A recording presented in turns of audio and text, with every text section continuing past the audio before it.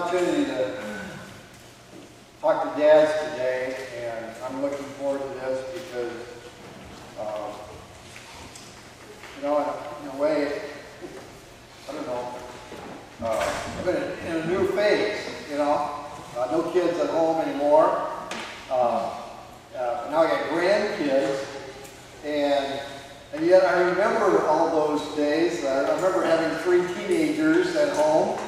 I remember when we had our 4 little kids, I just can kind of look back and smile now, and just say to you that I have all these little kids at home. I'll pray for you because I know it's tough and it's a real challenge. But this too will pass, and it will pass a lot faster than you think. So don't get discouraged and don't throw in the towel, because all of a sudden, wow, they're gone. They're off to college, and you're amazed, Time flies. But it's our day, Dad, and if you're like me, it brings a lot of mixed emotions. It's wonderful to be able to recognize all the fathers, and yet there's, this anxiety that sometimes we get. Being a father, it's a lot of responsibility. And I've always been proud to be a father, but also there were anxious times when I'm thinking, wow, this is a big job. This is kind of tough. And if we're not careful, we can get weighed down by all the responsibility, and we can get discouraged. But we need to be careful that we don't throw in the towel like some have done. And we need to persevere and trust God that He's going to work in the hearts and lives of our children. So I'm thankful that today I can be reminded that, and I can remind all of you that God is faithful. And God is with us. And God gives us strength. And sometimes there's tough times. And sometimes our kids go off in directions that we don't like. But there's some point that we have to turn them over to God. And there's times when all we can do is pray for them. They go off to college. They go into the military. They go off to jobs. And we just need to turn them over to God and trust Him. And we have a big God who can give us strength and help and comfort. Well, I read an article by Josh McDowell some time ago. He often speaks to teens about sex and dating, and he's written many books, spoken on hundreds of college campuses, and he did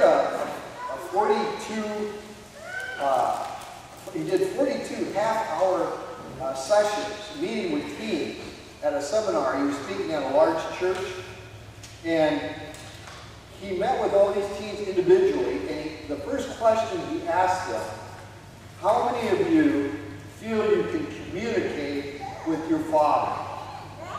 Now we're talking 42 church teens.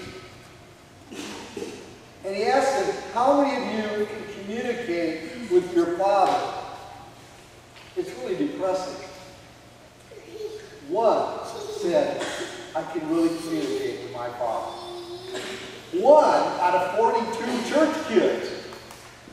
So what does this tell us? It tells us that there's a challenge there for us dads in communicating with our teens. These were, I believe it was junior high.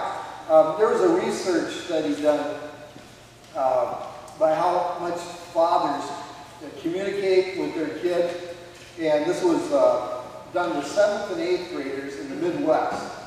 And out of 300 junior high youths in the Midwest, an average is 7.5 minutes per week of face-to-face communication. That's 30 seconds a day.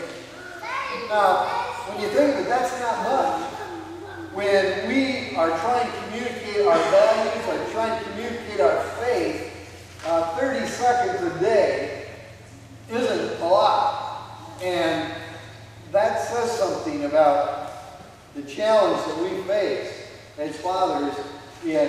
communicating with our kids. And so today I'd just like to challenge us, because it's a tough job. Because look at it. We are often so focused on earning a living and providing financially for our children.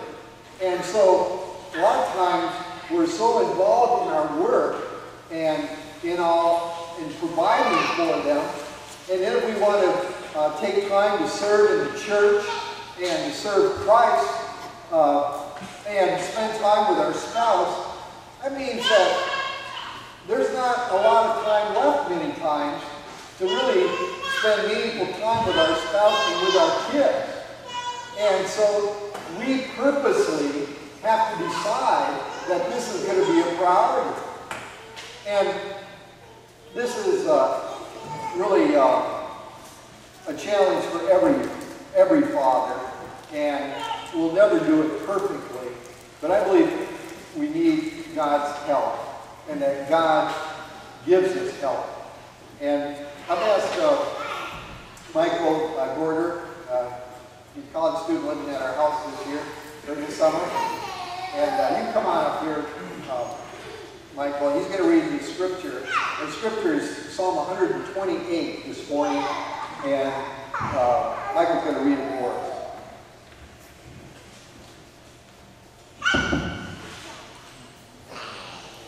Psalm 128, a Song of Ascents. Blessed are all who fear the Lord, who walk in his ways. You will eat the fruit of your labor. Blessings and prosperity will be yours. Your wife will be like a fruitful vine within your house.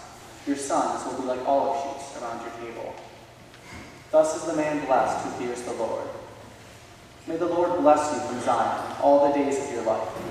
May you see the prosperity of Jerusalem, and may you live to see your children's children.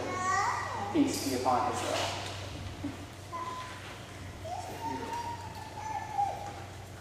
Thank you, Michael.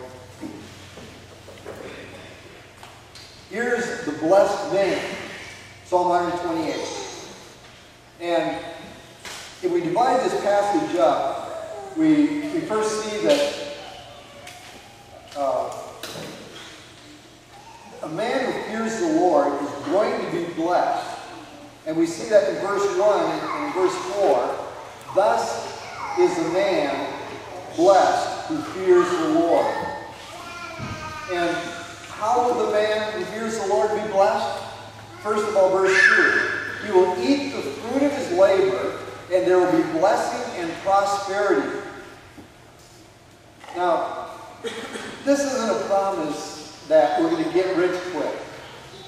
It's a promise that if you labor, and notice it says it involves labor, this is a man who fears the Lord, who's a hard worker. And therefore, he eats the fruit of his labor, and his family is blessed through his work.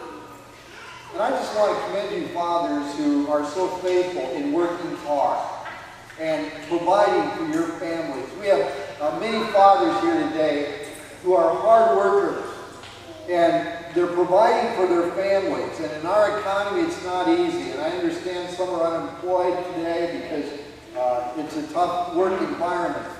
But so many of you are providing for your families, in contrast to those who are irresponsible in their work. There are men today who show up late for work. There are those who are not dependable, those who are not trustworthy, men who are not conscientious. They don't have any goals. They simply get by. That's their biggest goal. Well, if I can just get by, and that's not what this blessed man is like. This is a man who's responsible, he's trustworthy, he's conscientious. He's a father who labors. In fact, most of you do so well in this area of being laborers and being fathers that it's easy for us to put too much emphasis on our work. And because we can get so involved, we can get so busy, we can get so caught up in our work, there's that danger that we neglect our wife or we neglect our children. And then our work can become a curse. So we need to be careful. We need to keep a balance. And, you know, the main thing is that this doesn't become, our work doesn't become an obstacle in communicating with our kids. And, you know, because that's not of God. When we can't have a relationship with our kids, when we can't have a relationship with our wife, then there's something wrong in terms of our work. And we need to take a hard look at it. We see in verse 3, your wife will be like a fruitful vine within your house. That's one of the blessings. A fruitful wife. Fathers, truly our wives are blessings. And sometimes we take that for granted. But it's a blessing from God. And every successful father, in fact, we can broaden this and say, every successful man is usually influenced by a wife who prayed for him, who encouraged him, who supported him, who loved him. And, you know, we might see this as you know, many think that this fruitful means bearing children. And that's one aspect to being, having a fruitful wife. But there's some couples that can't have children. There's more to it than simply having children. A wife who is fruitful, like a vine, also produces fruit in other ways. She produces the fruit of kindness, of love, of compassion in the home. She shows self-control. She's faithful. She's gentle. Those are the fruits of the Spirit. So when a wife and a mother has the fruit of the Spirit in her life, what a blessing that is to a father, to a husband. She's faithful. She's gentle. I have a footnote in my Bible that indicates that this could also refer to sexual charm. She meets her husband's needs sexually. She's a fruitful vine. She produces everything that her husband needs. Now, husbands, if your wife is here today, I'd like you to look your husband in the eye. Would you do that, wives?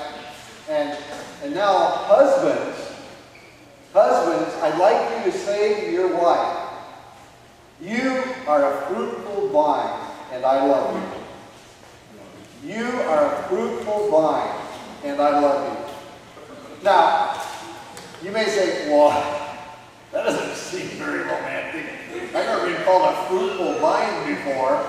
But that's what God says in His Word about the blessing that this man has. His wife is a fruitful vine. And that's a blessing. Now, one of the greatest things we can do as fathers for our children today is be an example of what it is to be a loving husband and a loving father. Now, I believe that you should show affection to your spouse in front of your children. So, husbands, I'd like to challenge you. And wives, don't be afraid to kiss and hug in front of your kids. Now, your kids won't like it. I remember when our girls were young and they'd say, oh yeah, not this again. and that was their response. Now, as they grew older, that was, I wish they would have had that response for longer in their dating habits, but anyway, they should see this positive role model of a husband and wife and not just get this picture of what they see on television in terms